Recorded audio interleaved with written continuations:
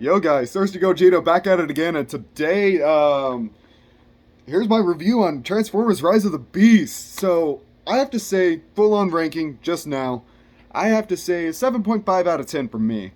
Now, it wasn't the most perfect film, but it was a step in the right direction. Now, yes, Bumblebee walked so this movie could run, and I have to say that this movie didn't exactly run. It did a somewhat fast-paced jog. But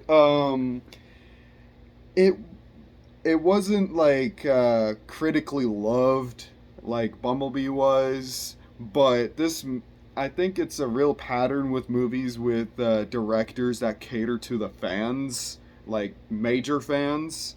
The directors don't really like that too much because the same thing happened to Godzilla King of the Monsters in 2019, which I think was a magnificent film. I loved it. Little less humans in it and more of my big man. But critics didn't like that. But we still ended up with an awesome movie that came afterwards, Godzilla vs. Kong, of course.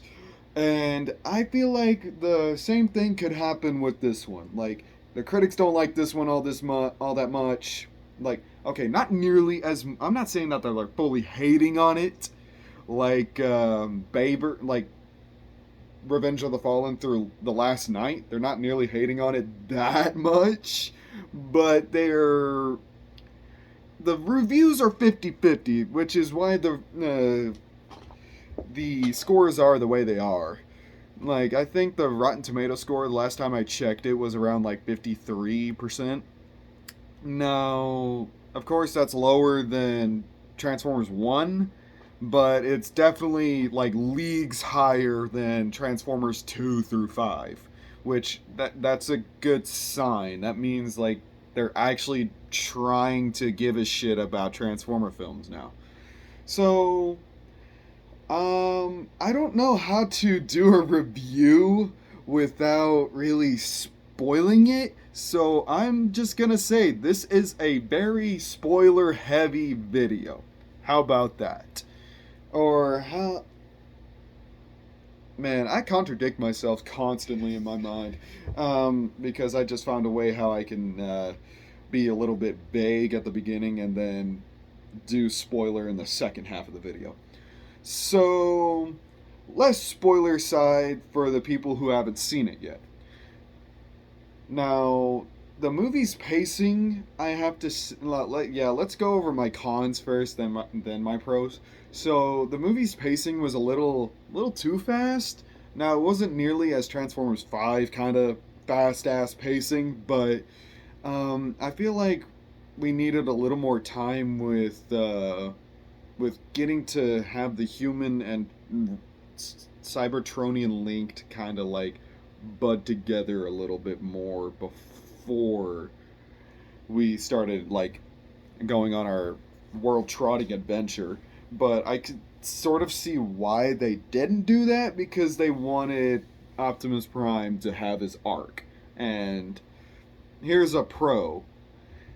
Optimus Prime's character arc was pretty good. I liked it. I it was surprised. It was very surprised. I was like very surprised about it because whenever I think of Optimus Prime, other than Bavers, I think of somebody who is like a very wise being, but is supremely like loving in a very gentle way, and that defines a lot of Optimus Prime variations, like a lot of them, and Transformers Prime really peaks with that. And this movie, he's like, I'm still trying to be vague, but also it has already been said by Stephen Caple Jr. already. But he's not very welcoming to humans at the beginning, but throughout the movie, he'll start becoming more warm to them, which is I like that whole character arc with Optimus, and I think like I just can't say it without spoiling it. Like good lord. But yeah, I just really think it really hit hard. I liked it. Now, another con, I really wish that I wish that fuck. That's another spoiler. God damn it. You know what? Fuck it, spoilers. So I really wish that the Maximals got more screen time. Now, granted, they did get like, okay, let's say like the Autobots got like this amount of screen time. The Maximals got or like the humans got around like this amount of screen time. And then we got the Maximals that got around this amount of screen time, and then the Terracons this amount of screen time. So it's a good thing that yes, the Autobots got probably the most screen time to me, or they got enough screen time to actually flesh out and be characters. But I feel like that the Maximals, like, that was a very missed opportunity. I mean, Rise of the Beast, people. You'd think that these guys would be front and center. Now, granted, Optimus Primal and Airazor were were needed for the plot itself, for the movie to go, because what those two characters had to give for the movie was needed, because for Airazor to basically show the grounds of what the Autobots and humans needed to do on their world trotting journey, like basically started the movie. Because around the beginning, you had the Terracons attacking the Autobots and humans and everything like that, and well, it didn't go well for them, I can tell you that. Bumblebee got fucking killed. Optimus got his ass handed to him by Scourge. And Battletrap fucking beat the shit out of RC. And then Freezers, and it is confirmed that there's a shit ton of Freezer clones. Freezers and Nightbird beat the shit out of Mirage. So the Autobots had their asses literally handed to them on a silver platter. And to pause that note, to play onto that, I liked how Optimus reacted to Bumblebee dying, because it wasn't just like fucking I'm gonna kill you. No, like freaking Babers Prime probably would have done, but he was worried about Bumblebee, not like just like look at his friend dying for a sec and then look at the enemy and just like, I'm gonna fucking kill you. I'm gonna rip your face off. Oh, I got a fetish for fucking killing people. Ah, no, it wasn't anything like that. And Optimus Prime in general in this movie wasn't just like a tough and gruff action hero. Like he had character, which was great. And just to see the somber and fear in his eyes, optics, um, whenever Bumblebee was literally about to die, just really showed that he was a character, which was great. I loved that. I liked seeing the stakes being high. Like the fucking good guys could possibly not win this one because fucking my guys are dying. Ah, shit. We're in some real fuckery right now. But it was really great. I liked it. Now, back to that other note. I forgot it. I hate myself sometimes. Like, a lot.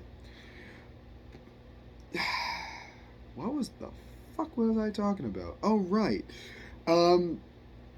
So basically, just Primal and Airazor were needed for the plot to progress. And for Primal himself had good character, Airazor herself had good character. And the beginning the beginning of the movie, it started off with the Maximals planet and Unicron showing up to fucking eat it, and then Scourge showed up looking for the transwarp key, and then Ape Link, basically Optimus Primal recolor, with blades on his arms. was running away from Scorponok clones, or if we're gonna call them Scorponoks, I don't know.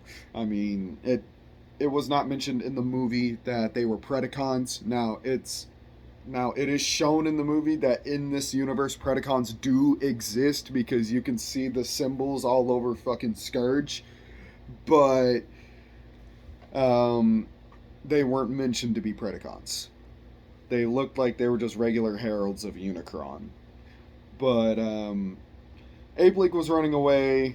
Then Ape Link got shot, and he was on the ground. He dropped the transwarp key, and then Primal came in to save his ass at the last minute, and the rest of the Maximals showed up, and basically they were like, "Oh shit, more are coming. We gotta go." And then Ape Link's just like, "Okay, I'm giving Optimus Primal the transwarp key," and then Primal's just like, "What?" And Ape Link was like, "All right, you guys gotta go. I'll hold Scourge off." And then freaking Optimus Primal was just like, "No, no, no. I'll stay with you to fight." And then Ape Link basically handed off handed off the leadership role to Primal. And Scourge came in, kicked Ape Link's ass, fucking killed him. Good God, just disintegrated his whole fucking right side. Jesus Christ, Scourge in this movie was a fucking menace. But and then they went off to Earth back in time, and then Unicron ate the planet. Ta fucking da. That was the beginning of the movie. Now, continuing on the note of the Maximals getting more screen time, Cheetor only had like a couple lines. Now, not like one or two lines, and like showed up for like a couple of seconds just to die like a Bayverse Transformer. No, no, no, no.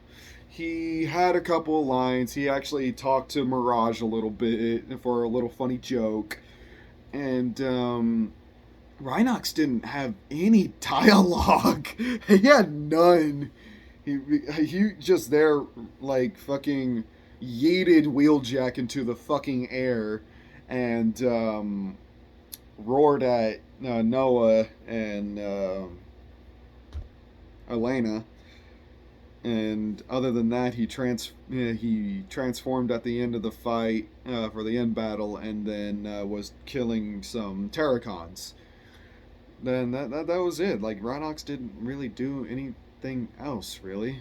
He was just there. He was just there, and I really wish that the movie was a little bit more lengthier, so we probably would have been able to get more dialogue, to get more time with the Maximals, and possibly like make the story like a little less simple because we don't want to like have the movie be too simple that everybody knows what the hell's going on. Just like have like questions be answered, yes, but like for it to not be an ultimate convenience for the characters to just ultimately get because of, well, plot armor. And yeah, just he had nothing to do with the movie. And about the Terracons, Scourge was pretty fucking cool. Now, yes, he was a menace. He beat the shit out of almost everybody he was on screen with until the very end where Optimus pulled a Bayverse on him and fucking ripped his head off with the help of Noah. And yeah, the other Terracons, yes, they had some dialogue, surprisingly more dialogue than fucking Rhinox, because I thought they were just gonna be there, but the complete opposite happened, because it seemed like Battletrap was just like a hard-headed tough guy, just like, give me a challenge, and then that was it, and then and Nightbird was a conniving bitch. Like, she was just fucking throwing bombs and being a fucking bitch to everybody, except for her own, and very competitive too. But, yeah, that was it. they all died. Like, what the fuck? All of them died, and I hate that. Like, I at least wanted Scourge to live, but no, they killed him off. I'm like, what the fuck? Like, what the hell? Really? Could have had him live, man. Just like, yes, get his ass kicked, but like, Unicron like slurps him up right as Unicron just gets shot back out into that fucking multiverse and back into that freaking void of whatever that he was in, and just takes Scourge with him before Optimus could land the final blow on him or something like that. I think that would have been a hell of a lot better, but that didn't happen. And Unicron in this movie, holy shit, very menacing and ominous. You can really feel the dark force that of his presence, and that was very like a little bit spooky. Like, I wouldn't say scary like a horror movie or something, but you could feel the spookiness to like omnipotent, ominous force that he is. And the way he just like lifted Scourge up, like while talking to Scourge in his mind, like the fucking poltergeist, he was just like, "You fool! This is half of the transwarp key." And that was fucking scary. And you saw like you saw Scourge in pain. And that was pretty cool. I think Scourge was like kind of Ronan. I think his name is Ronan, from Guardians of the Galaxy 1, where it was just like he's just the henchman, and in the background you see the freaking ominous force of the major villain, which is like Thanos. And that's kind of what it was. Like, Scourge was like he was like the freaking henchman and everything like that, and kind of a little predictable or something like that, but yet still a menace. And then you felt the force in the background, and it was Unicron. And seeing how this video is kind of dragging out, I might do a part 2. And the human characters, they were actually done pretty well in this movie. They were a bit more relatable, more grounded, not loud and obnoxious like the Bay films. And yes, their purpose was a little simple, but you felt the heart. And I honestly think that was good. And I am saying a lot more pros than I thought I was gonna say. And what's another thing that I have to point out in this film? Oh, right. Every convenience coming out of nowhere at the end was a little silly. And Moist Critical, he was talking about that, and like how it was a little predictable of like how every plot convenience towards the protagonist was a little silly. And that I do have to agree on, because like there was like little tunnels in the transwarp bridge, I guess you could call it, for the like small enough for only the humans to go to activate the deactivate the bridge. And that was very to the protagonist's favor. And multiple other things do happen as well towards the protagonist to help them out during the movie. Like how Bumblebee basically came back to life because the whole planet, like all of Earth, had just random energon everywhere, and that's how he came back to life.